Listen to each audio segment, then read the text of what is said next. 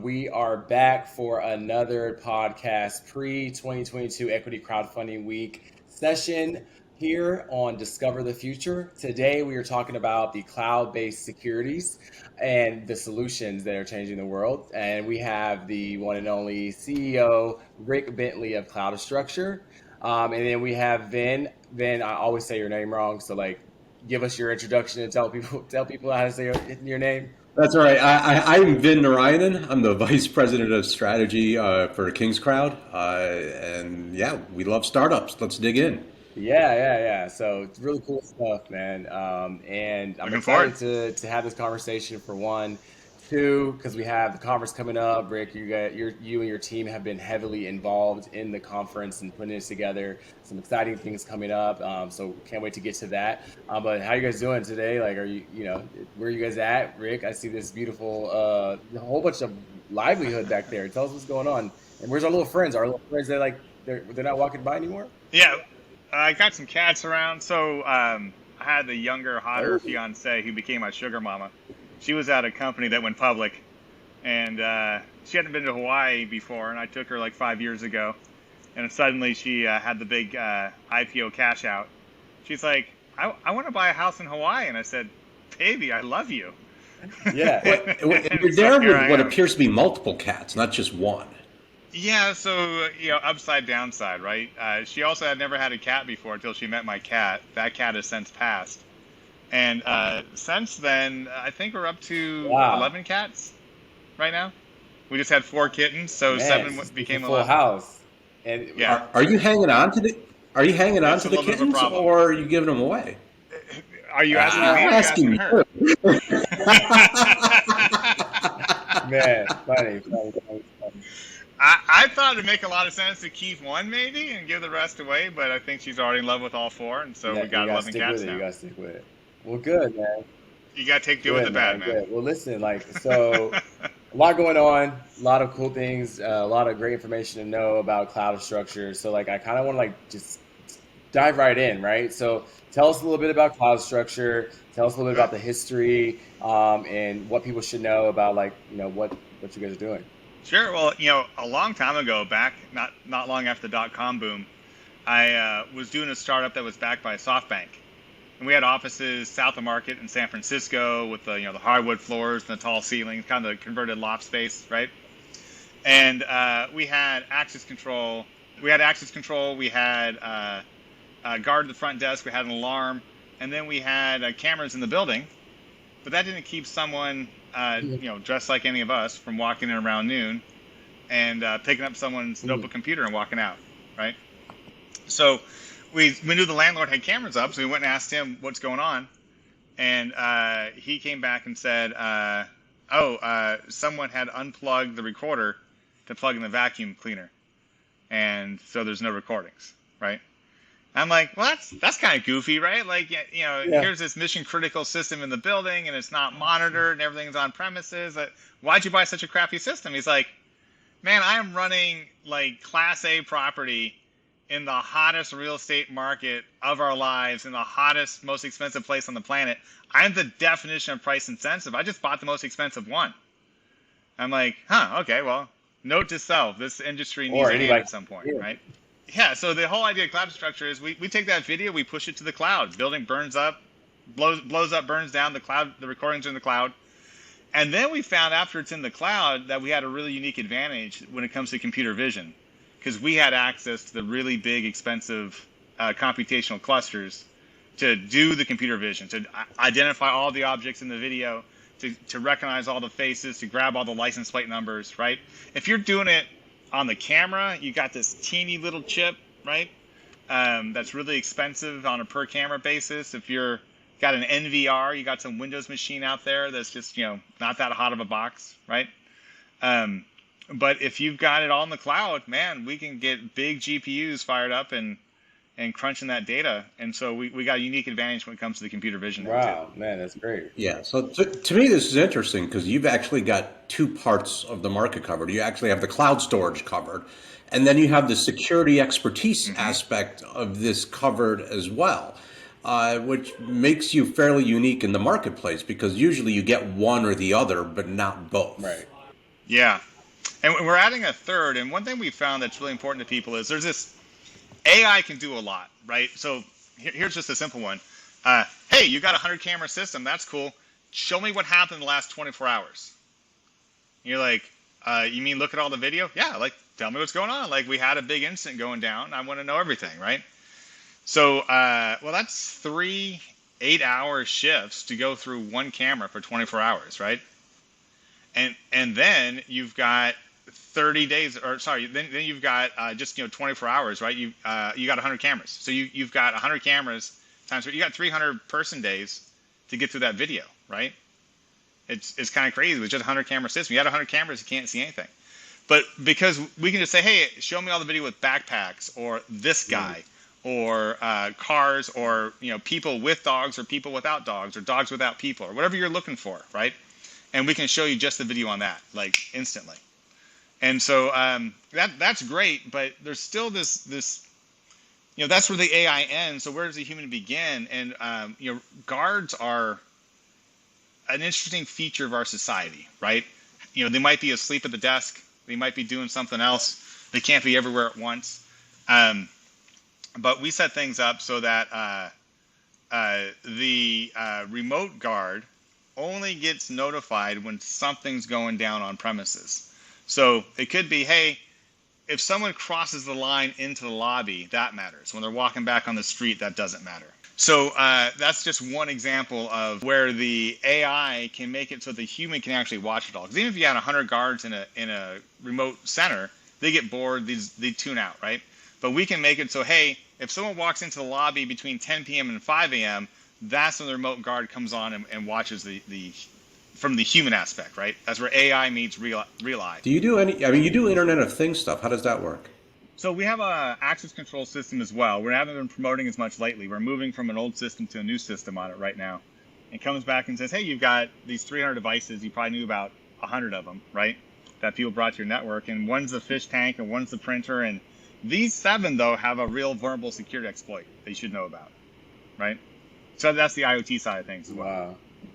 What's crazy is that not all technology is moving so fast this way, right? I used to have I had a Ring doorbell, right, where you set the line. If someone crosses it, then it alerts you, right? But then I felt like a leaf can fly by and it will activate, right? So, but with what your technology is, if that leaf flies by, I can basically type in leaf, and then all the leaves that flew by come up. Yeah, if that's what you're looking for. But more importantly, we can say, having just motion from here to here, like I said, it could be a leaf, it could be a branch, it could be anything. Maybe you only want to know when a person crosses that line. It's a lot more useful, right? So we'll just alert you when a person does. And if there's a remote guard center in the middle, we can alert them, and they can check while you're sleeping, and they can wake you up if it's an issue. I mean, with AI, you can cover large areas at scale. I mean, to me, that's like the interesting part, right? Is that you can take like a massive parking, like an airport parking lot or something like that, and you can deploy cameras, and and with the AI, you can set it up to check for things that, normally, I mean, check for signs that something weird is going on, and have the AI be able to recognize that stuff.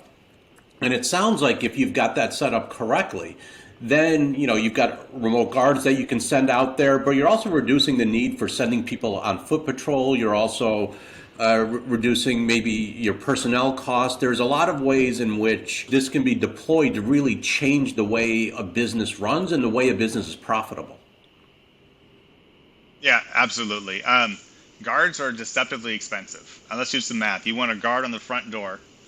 That means you need 2 guards on the front door because one has to be able to go to the bathroom, right, or have an issue or something.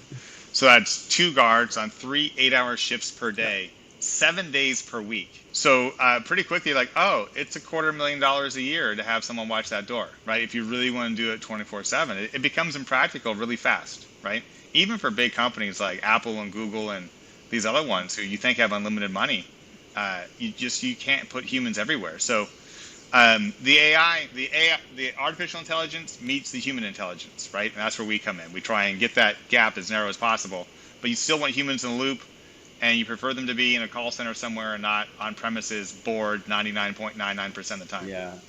Now, so I kind of want to like dive. I want to kind of dive into like equity crowdfunding, right? That's why we're here. We're Mhm. we're taking this huge leap forward into the future, right? That's why we named this Discover the Future, because there's so many things that in industries that are involved in equity crowdfunding now. Like, how, for in your perspective, how has the crowdfunding experience been so far, and how has it elevated the brand? Yeah, that's a great question. So, we sell to enterprises, right? So, if we had a consumer play, I think equity crowdfunding would have more of a direct input for us, right? If we were selling consumer goods and we got a bunch of investors who believe in it, they'd also be the first customers, right? That's not to say that some of our investors aren't professionals at large corporations who are potential customers too. That's actually happened. We've gotten some, small, medium sales off of it.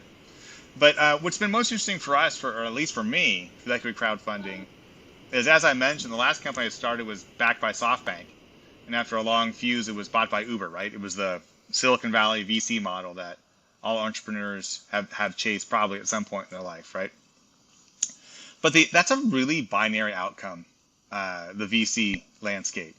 They're fashionistas, right? So if some company just made a big splash going public, they're looking to copy and paste that company real fast, right?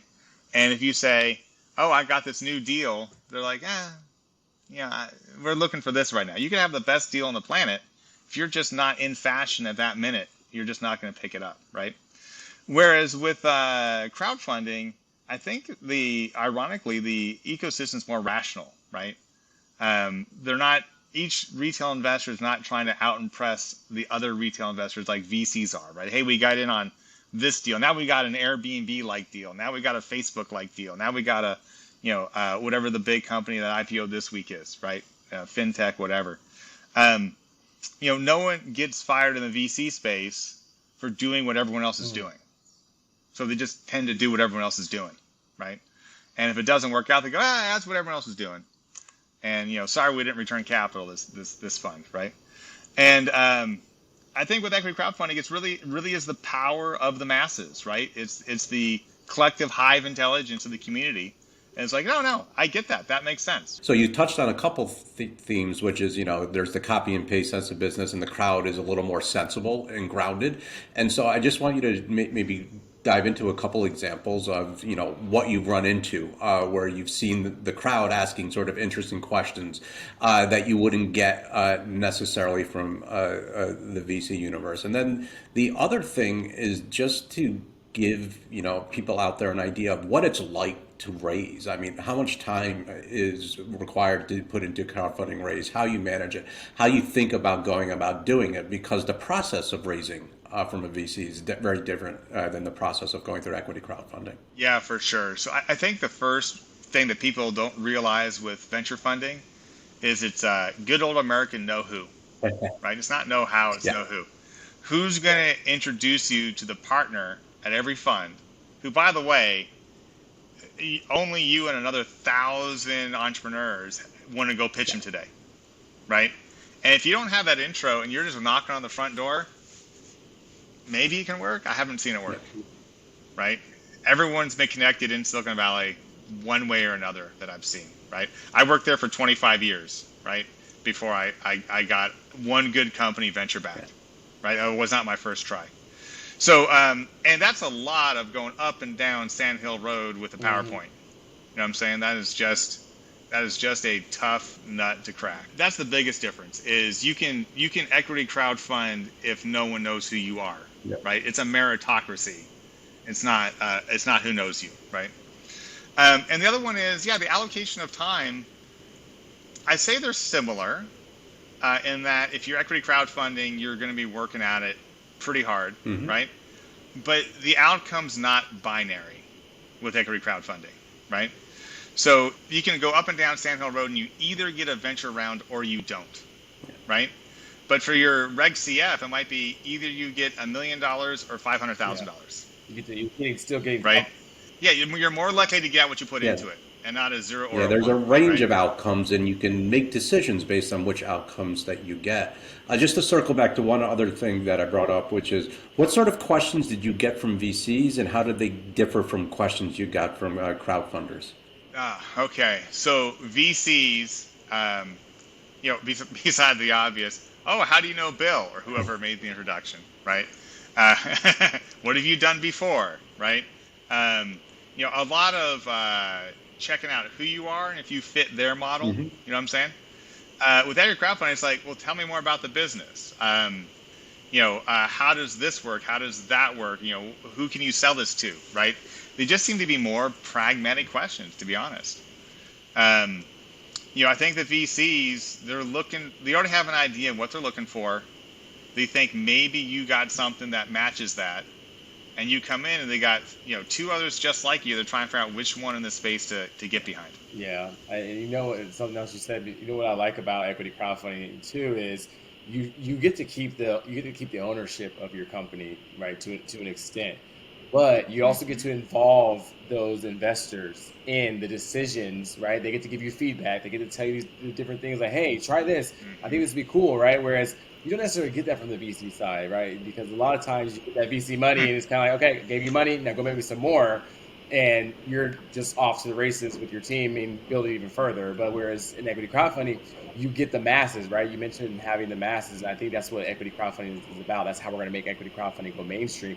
The masses need to understand that they have access to this and that they can actually invest in these companies and be able to have a say and have like a give feedback to their investment, right? Instead of just walking away from it. If I invest in a public company, right? If I invest in Apple or if I invest in Uber, I have no say in anything. I can't even give my feedback. Yeah, I can send a little feedback form that goes to the cloud or wherever they send it to. In this instance, you could be raising through an equity crowdfunding platform where your investors can come in and they can leave comments and they can see your updates and then you can give feedback. You can actually engage with them and they can engage with you. And I think that's really cool when it comes to how we're engaging with the masses and how we're engaging with this new like world of investors, right? And I think it Hmm. makes investing a little bit more fun, because you get to you get to move the pieces around more. So really good, really good stuff. So like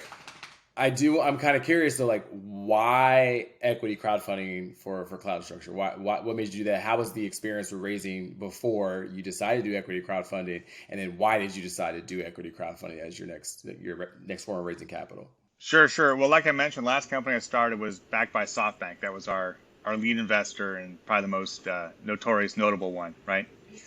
We also had Cardinal Ventures and W.I. Harper in there. And, we did a series of rounds like most startups do, in Silicon Right. Valley, right? And after a merger and a name change, it was the company's now called Jakarta. It was Uber's first investment after their IPO. They bought the company, right? Um, for 8 figures, right? They never officially announced how much, but it was a good chunk of change. And I made a tiny fraction of that. Like I was able to buy a stand-up arcade machine and turn an old van into the Mystery Machine out of it, right? Like that's it, right? Um, you know, uh, they had liquidation preferences. They had all kinds of stuff built into those deals where, yeah, if you made the next Facebook, you're going to do pretty well. And if you don't, they're going to eat all the deal, right? And they ate all the deal. And that's just their job. That's how they do it, right? And so with equity crowdfunding, you're absolutely right. It's better for both the entrepreneur and the investors, I believe. You could try and posse up and invest in with the VC. VCs are not a lot of fun and not that rational to have around on your board, right? They're typically don't have operational experience. They Hmm. have VC Right. experience. They used to have operational experience. That all changed. All the original VCs had started tech companies and became investors and were paying it forward. And they hired a bunch of MBAs to help them out, and then the MBAs took over. When you're working with VCs, they're going to give you 12 to 18 months of capital, and that's it, right? And if don't have this hockey stick growth, if you have any sort of hiccup, and the path to success is always variable, right? They're coming back in for another bite and another bite, and each new VC is washing out the previous VC, right? And with crowdfunding, I've seen much more linear and stable price valuations. I don't see the new investors wiping out the old investors, right? So, the early investors typically do better than later investors, right? That's how it should be. higher risk, higher reward. But I don't see the new ones trying to like wipe everyone out, because the companies don't set it up that way, because they don't have to, because they don't have VCs involved, Well, right? you said something interesting there that caught my eye, Rick, which is, uh, I mean, and I'm combining two concepts. Is you said earlier, talking about equity crowdfunding, how the traditional belief is that you do better with consumer goods, where the customers become your investors and the investors become your customers, and you get this virtual cycle going. But you're operating in a different space with different customers, more of a B2B stuff. Yet you found success there. So A, why do you think you found success there? And B, what do you say to B2B founders and that sort of stuff, that, or even to VCs that say, hey, equity crowdfunding doesn't make sense in a B2B standpoint. It's more like a direct to consumer sort of thing where it makes more sense. Yeah, I can see the double bottom line advantage of getting a motivated investor base to be your future customers. That's the whole Kickstarter kind of model, right? But I've also seen it just really go sideways. We've all seen the Coolest Cooler or whatever that was, that raised a ton of money and couldn't ship a styrofoam box with Bluetooth in it, Yeah. right? So the retail investor, the individual investor, if they've got hundreds or thousands of dollars to put into early stage startups, right? If they have a rational investment portfolio, that's a small amount of their investment capital, right? 5 to 10%. They're putting the rest in stocks and bonds and real estate and other things that they have, right? But if they've got that much put around, they've had a pretty successful career, right? They've got some stuff going on in their lives. They got some insight and some intelligence. They're able to figure out what it is that that can make something successful. They probably have a job that has an office that needs cameras, right? And they can go to the IT guy and go, tell me how our current camera system works, and tell me about this company I just saw online, and see if you like this better, right? They're smart, rational people, and in mass, it's like a democracy. They vote, and and their vote is right? They voted for what made the most sense for them. That's what raised the money. You talked about how with the VC, right? They're kind of steering the ship in a sense, because they have this large amount of ownership in your company, depending on what you settle on. And I think, like, and a lot of times, right, you got they create this runway for you that if there's a hiccup, like, it could all go bad. You might not get your next round. What I like about equity crowdfunding is that there's second chances, whereas that you may not have in the VC world, to get it right, because you have all of these people who have invested, right? All of these people who have also different perspectives, different investment portfolios as well. And one person may say, hey, no, do it this way or do it that way. But if you mess up, you get a second chance, because there's still that huge fraction of people who understand what you're trying to do, and they understand that there are certain things that you have to fix along the way, and there's certain parts that they like, and that's the part that I feel like we get more out of it. I feel like you can help businesses grow faster by getting more feedback, right? Instead of having an investor that's just totally hands off, just run to it. There's so many things and people who are smart out here, who have ideas and who have a perspective on one thing or another, that can say, hey, go do it like this. Try this, guys. And you're like, you know what? Boom, we're in a round table with our investors and say, you know what? This is actually smart. Let's figure out how to implement that, right? And now you have the opportunity to grow even faster, because you're getting the feedback from the crowd, from the masses, right? I'm curious, like, what do you think, right? What do you think this type of investment looks like in online investing in the next 10 years? What does that look like for just the growth of startups, right? And what does it look like just for the growth of revenue into the industry? The next 10 years, we've already seen in the last 10 years since the Jobs Act, the ability for individuals to participate in early stage companies. That used to be, presumably with all good intentions, it was made the domain of the rich, right? If you live next door to Mark Zuckerberg when he was starting Facebook, and he's like, oh, Laurel, man, I need $5,000 for my new company. I'll give you 5%, right? I just need a little capital to get over the hump. You'd be like, yeah, I believe in you, Mark. Here's your $5,000. And he would go to his lawyers, and they would go, oh yeah, unless Laurel's an accredited investor, you can't take his money. Exactly. You're like, well, what's an accredited investor? Oh, he needs to have like $1 million in net worth. He needs this and that, blah blah blah. And they're all, sorry, Laurel, I can't take your 5K, right? You would have missed out on the investment opportunity of a lifetime, right?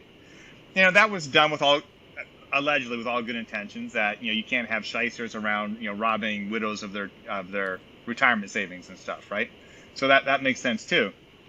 But at some point, it's a free country. If you want to invest in a smaller company, you should be able to, right? And so I think those regulations right now, where you can invest up to some small percentage of your income and stuff, will get loosened up more. I think we'll see the caps raised. Reg CF used to be a 1 million cap and then went to 5 million. I think a Reg A was originally 20 million and went to 50 million. Reg A Plus went from 20 million to 50 million, right? So I think we'll see those caps continue to increase. I think we'll see the restrictions reduced so that individual investors can get in sooner and put more of the money to it. When times are good, it's pretty easy to find some good early stage investments and get some good returns, right? Rising tide rises all boats, right? I think there's also be periods of time where it just that class of investment will be difficult and things won't work so well either, right? But if you're good at picking the right companies, I think the retail investor is going to have more opportunity to participate more in the space if they choose to. Do you think that this is what this and the regulations and the different changes, right? The Reg A and CF, the amount to raise has gone up. Do you think that is the catalyst to really make it go mainstream, to where like instead of I can only invest 5% of my income as myself, that going up? Do you think people being able to put more into it from their income into equity crowdfunding will help it go further mainstream? Because we also know that, right, there's a lot of our American people, including our like minority communities as well, they may not have a huge amount of money that they have coming in their income. They're barely making ends meet as we see it now, and that 5% is very small to them, right? It's really not. They're not able to put into too many companies. They might be able to put $3,000 in a year. Do you think the raising of that regulation will help it go further mainstream? Yeah, I think the more people and dollars that can participate, the more platforms and avenues will become available for people, right? If you got a $30 transaction fee on a platform, it doesn't make any sense to invest $30, right? Half of it's going to the transaction fee, right? But those fees come down with volume, right? There'll be another platform. Hey, I'll do it for 15. I'll do it for 5. I'll do it for 1, right? It's like when you first open an online brokerage account, it used to be $19 a trade. That was, oh man, that's so cheap. And now every trade is free, right?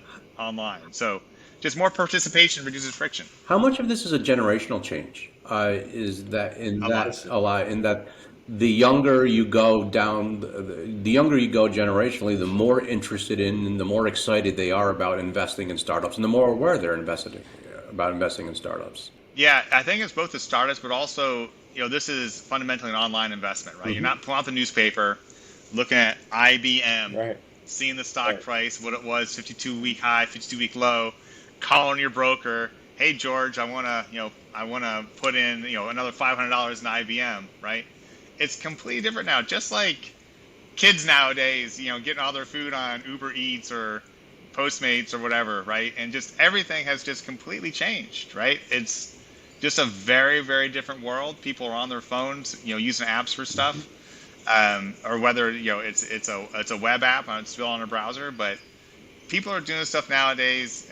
Even just my dad, one generation past, would be like, "Yeah, I'm not messing with that." Yeah, and I mean, and the level of sophistication is remarkable when you think about where I was in my 20s, or late teens to where they are now and coming up. Their approach to all of this is so much more sophisticated and advanced than I ever could have dreamed of. Or maybe I was just stupid. Both are entirely possibilities, but I do think it's remarkable just how much more aware they are of startup investment and startup investment principles and wanting to be part of that ecosystem. Yeah, when we were growing up, the big companies, the companies you knew, right? IBM, Lockheed, General Dynamics, Yeah. GE, Hmm. right? And those were the big companies you admired. And nowadays, it's the ones that came out of nowhere, right? I mean, kids nowadays grew up watching Google, Facebook, Uber, Airbnb go from nothing to something really fast, Yeah, right? and And they've seen that. There's the TV show Silicon Valley, right? That's already in reruns. That didn't exist when we were kids, right? There's no glorifying the high risk, high reward entrepreneur. That was just the crazy guy. you get crazy guy, What and are we talking velocity. Just watching TikTok go from nothing to massive in the course of their Yeah. short lives is just unbelievable. Yeah. New money used to be a slur, right? Oh, that's just these new money people, right? They can't, they haven't had money for a long time, like us important people, Yeah. right? And now it's idolized. Yeah. What generation are we referring to when you guys say us as kids? Well, I don't know how old Vin is. I'm 54. All right, all right. I am an to, old man in entrepreneurship. to me, anything younger than Gen X is young. I think it's crazy. Like for me, like I'm in my 30s, so like I think it's crazy. Like just my generation, how much technology has shifted from like I remember my parents having the bag phone, like Hmm. like Hmm. the mobile phone. I'm like to now we have like just like fancy Well, stuff. You know what I mean? So it's well, yeah. Well, Rick is of an age that'll appreciate this. Laurel, you're a little young for this, but I remember being in boardrooms and being in meeting rooms trying to convince people that the internet wasn't a fad. And no, this was real. You had to. For sure. People told you the internet's going away. It's a fad. No one wants to shop online. No one wants to book their air tickets online. What are you talking about? Get out of my room. Get out of my office. Leave me alone. Yep. And I was a young kid talking to them, and they just didn't believe it. So when you think about the velocity of change and the way things have changed, it's tremendous just even in the course of the last 30 years. And then when you think about the way capital raising is changing and the way people are thinking about investing, and Rick's proof of this with us with more than a few successful crowdfunding raises under his belt. The way companies are formed, the way companies raise capital are changing dramatically, and it's exciting to see what's going to happen in the future. I know we're coming up on some time, guys. I want to make sure that there's a couple things that I want to make sure we cover as well, right? So we talked about the disconnects in equity crowdfunding, what should happen next, how to make it go mainstream. I'm curious to know, now that you guys are doing equity crowdfunding, what do you attribute the success that you had so far in raising through and having a campaign? What do you attribute your success to so far? Yeah, that's a great question. So we got some newsletter coverage, which was really big for us, right? If you get picked up by the right entity, that's kind of there's not a lot of newsletters out there that have a lot of reach, but there's some that have a lot of reach. And they're doing some vetting out there for the retail investor, much like Kingscrowd is, right? Coming in and doing a little diligence on the companies and looking under the hood and checking them out and before they make the recommendation. And that made a big difference for us, right? Being on a platform that was stable, had a good interface, told the story. The founder video. Everyone with a platform will tell you the founder video is the thing that people watch. Kids nowadays, we talk about how different things are. People aren't reading a 12-page PowerPoint anymore, right? They want to see the 1 or 2 minute video from the founder. It's a different medium. I remember talking to a woman that I've known for a long time, and she was selling a robotic device, and they were ramping out and scaling it, and she's like, "Man, people just don't read the instructions. It's so crazy." I'm like, "Yeah, people don't read the instructions. Watch them. So make a video." Yeah. She's like, "Oh, right." And Yeah. so she made a video. Then people watched the video, right? And then she was good. Yeah. So, that's just one example of how things have been different. But again, a newsletter, having the right platform, founder video that tells the story, right, and a good team with a platform that can help you figure out where to market it. And I think those are the keys right there. And a good team in general, right? You have an amazing team that we've been working with on the Equity Crowdfunding Conference, because you guys have this really cool exhibit. what excites you the most about being able to exhibit at equity crowdfunding and have people see your product firsthand, and then also you guys are partnering and doing it part of your activation with Boxable on Boxable. So like, tell us a little bit about that. Like, what is exciting you about being able to do this in person? Yeah, I met Galliano Boxable early in the crowdfunding experience, right? We're both trying to figure it out for the first time, and he's been absolutely great with it, right? He's really had some smashing successes. They're making a lot of these casitas, these pop-up homes, and for us to sell one camera to one home doesn't make a lot of sense, or even 3 or 5 cameras, right? We look for customers that have 300 properties of 30 cameras each, right? That's a good customer for us. But they're making a lot of these casitas, right? These pop-up buildings, and I think that's a great opportunity for us to build them into these when they go into a community. That's a good place for us to play along with. There's a lot we can add there. So we're hoping to show some cool real-time tech at ECW that'll allow people to experience it, right? Oh, look, it's recognizing me, or it's recognizing this object, or whatever. Yeah. So we hope to have a chance to show that off there. Yeah, that's why I'm excited about the conference, because like during COVID, right, a lot of these companies raised a lot of money, right? And these investors, in a sense, are investing in your company without seeing the product, without seeing it actually work, and they're still investing and have raised millions of dollars, right? With equity crowdfunding is now an opportunity for you to actually come see your investment in person. And then on the other flip side, see all the new cool other investments that are actively raising now that you can invest in. And that's why for us it's important for these businesses to be seen.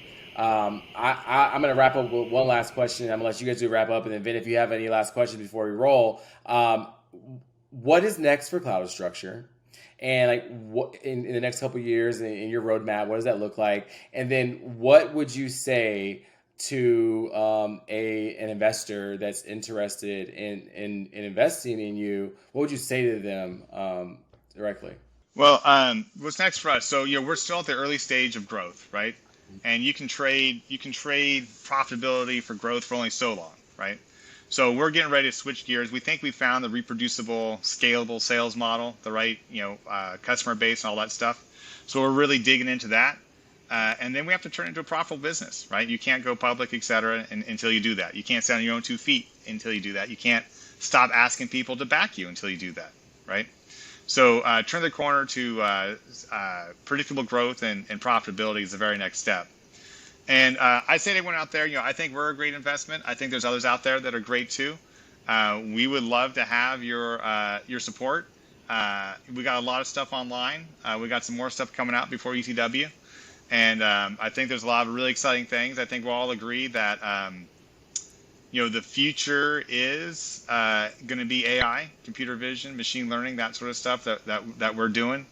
And how many buildings have cameras, right? It's from when it's on the commercial side, it's like all of them, right? So we got a big market, and we're digging in hard. From a due diligence standpoint, I would be remiss if I didn't ask you 2 questions. The first is what's the key to turning that corner to profitability for you? What is the hurdle you have to overcome, and what exactly are you doing to do that? It's a repeatable, scalable sales process. There's an old Chinese proverb about the guy who goes hunting for the first time, and he's standing next to a tree when a rabbit runs up and slams his head into the tree and knocks itself out cold, right? So he has a lucky first shot. So he spends the rest of his hunting career standing next to trees hoping a rabbit runs by, right? And he never catches another one again, right? You got lucky the first time. So you really need that repeatable, scalable sales process, right? And you got to find that before you scale that stuff up, right? Okay, and so that's what you feel like you found is the secret sauce in the repeatable, scalable sales process. So that's exactly the first due diligence. The second due diligence question is, it's actually a lot more fun, but you built Scooby-Doo's mystery machine? You got to share this story, because you dropped it in earlier in the pod, and I was like, no, we got to get back to this Scooby-Doo mystery machine here. So, what's the story here? So it wasn't, in my defense, it wasn't my idea. I was in my early 20s. I was at Fry's Electronics in Sunnyvale, and some guy had an old Dodge Carpenter van, that he had painted to be the Mystery Machine. I'm like, oh, that is so cool. I would love to do that, but man, I can't afford the van. I can't afford paint. Like, there's no way I can pull this off right now, right? Fast forward like 20 years, I'm driving down the freeway. I had a BMW M6 convertible at the time, right? Like, it was a really nice car. I go, oh man, that Mystery Machine, I just, for whatever reason, popped my, that's so cool. Too bad I can't afford. Oh, wait a minute, I can sell this piece of shit and I can get like 10 Mystery Machines, right? So that's pretty much what I did. I sold that BMW in a matter of weeks. I found an old Dodge Ram van and I made the Mystery Machine. You can still see that at ScoobyMobile.com. I had more fun with that car than I've had some nice cars, right? I had more fun with that car than the nice car I ever had. Everywhere you went, people came up to you. I would just take their phone, I'd put them in the driver's seat, have them lean out the window with the double thumbs up and take the picture for them. It was the most fun I've ever had with a car. Man, I love it. Cool. Well, listen, guys, this has been great. I really appreciate it. Rick, if there's any last words, please let us know. Looking forward to having you at Equity Crowdfunding Week. Looking forward to being able to meet you, meet your team.